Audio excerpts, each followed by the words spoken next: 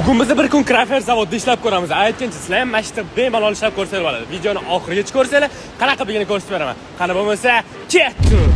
Yo'q, kirish xohlasanglar unda videoni oxirigacha ko'ringlar. Biz birinchi bo'lib Crafters rahbari, ya'ni Abdulloh aka bilan nima ishlar qilish kerakligini kelishib oldik. Crafters o'zi zavodga kirishda polni hamma tozalash ishlaridan o'tib keyin kiriladi. Biz takoy formalarni birinchi bo'lib kiyib olib, keyin ishi pechenye xamirini tayyorlashdan boshlab oldik. Keyin stanokda xamirlarni tiqib, bu yerga figurni bo'lib chiqishiga qarab turdik. O'z yoshligimdan shokolad zavodida ishlashni orzu qilardim. Bu yerda ishlab ko'rib, yana bitta orzuyimni amalga oshirdim. Bu yerda ayollarga ham ish o'rinlari bor. Marshmallow tayyorlashni islamir, shokoladlarni taxlashmi, upakovka qilishmi, shokolad quyishmi, ish qilib hamma ish qildik. Zo'r tarafi bu ishlasanglar, albatta ikki xil ovqat ishxona nomidan bo'ladi. Ish qilib umuman och qolmaysizlar. Yangi ishchilarga bo'lsa oylik 3 milliondan boshlab 7-8 milliongacha ham chiqib ketaveradi. Sizlar ishga kirish uchun bo'ladigan bo'lsa, quyidagi raqamdan yoki Crafters HR ga Telegramdan yozishingiz kerak bo'ladi. Agar nobodor shu videoda 15 mingta layk yig'iladigan bo'lsa, biz 7-8 million oylik oladigan Crafters sotuv agenti bo'lib ishlab ko'ramiz. Ish qilib bir kunda necha pul topganimizni ko'rishingiz mumkin.